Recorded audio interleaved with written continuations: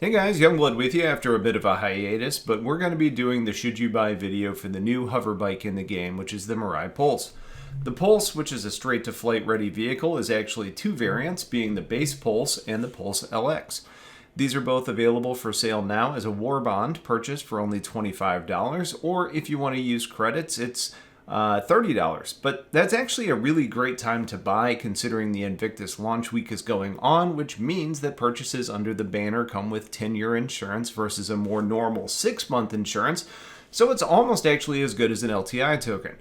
But with the cost out of the way, let's talk about what this bike is and how it compares to others that we have seen in the game to this point. The Pulse and the LX, as I will refer to them from this point forward, are from Mirai, who are the same manufacturers of the also tiny Fury, which is a subsidiary of the Mist Corporation that is focused on performance. These are the smallest vehicles released in the game to date, with a size of just about 3 meters long and about a meter wide and 2 meters tall. The thing is tiny and a great example of how the ship can be designed and implemented in a way that focuses on simplicity and practicality. The ship, has the value of small size, right? But the biggest benefit of that is what vehicles or ships can actually carry vehicles, which means that we are now opening gameplay to many ships that to this point weren't really able to really even bring a hover bike along. Some of these weren't even able to bring a golf cart along. So with many ships like the Defender or a Vanguard or even a 100 series, you now have options to bring a vehicle, which is tremendous.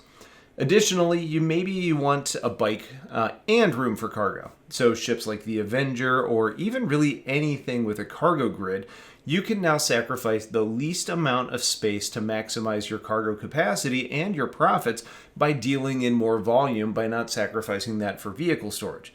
That's what makes this hover bike so exciting.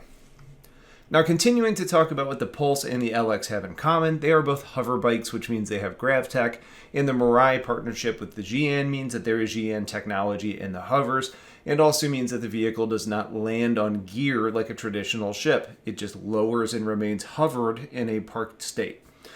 These are single crew vehicles with typical vehicle components, meaning that you have size 0 power plant, computer, radar, etc. There are no shields on this, so your whole HP is going to determine how long that you stay alive. And that HP total is 1150, which is remarkably low.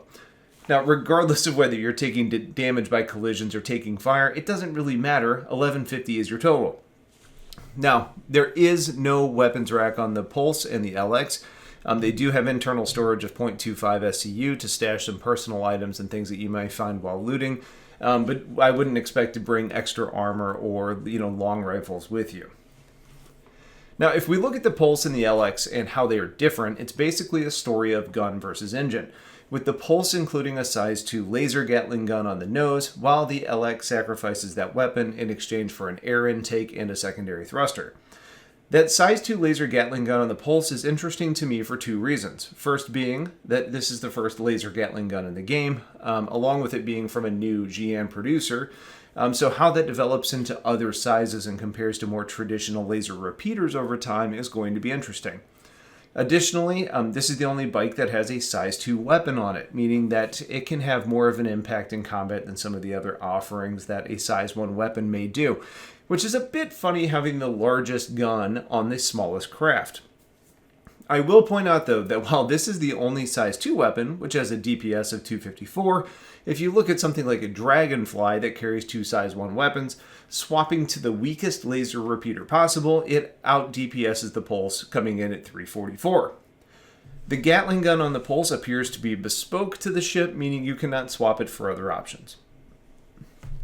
The LX does gain the air intake and the extra booster, which does make it a faster vehicle than the Pulse. However, the difference in speed will not blow your mind currently. CIG claims that the goal of these vehicles is blinding speed and precise handling, and these things move pretty well. And while they may get adjusted later to reflect different flight models, currently the SCM speed on the Pulse LX is 220, while the base Pulse is 208.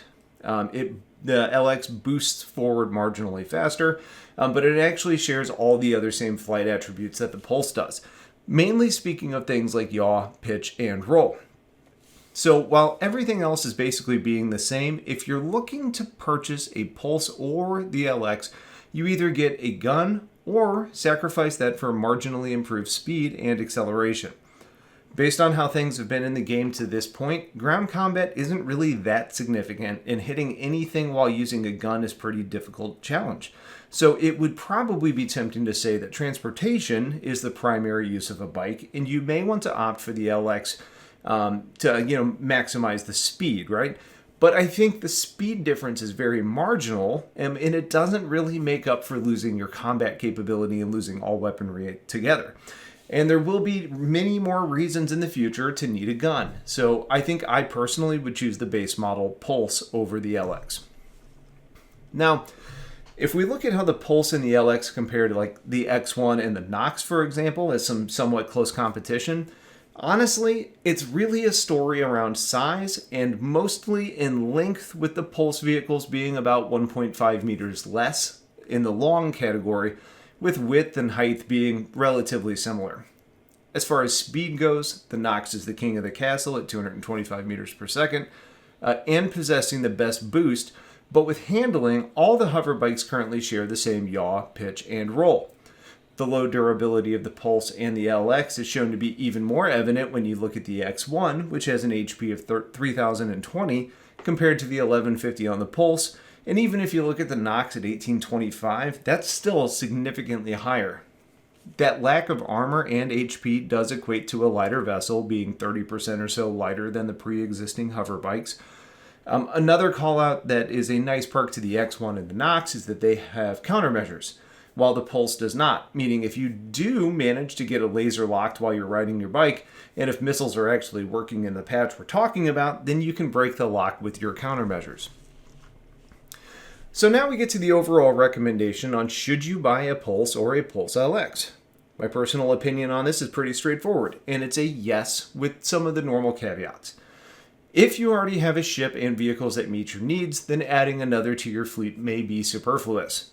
However, even if you have a Nox that fits in your Freelancer, there could still be value in finding something smaller that would let you carry more cargo or additional vehicles. So it should always at least get a new look when new things come out, and I think this one should have you look at the bikes that you have and the value proposition of them to determine which one you should actually personally have.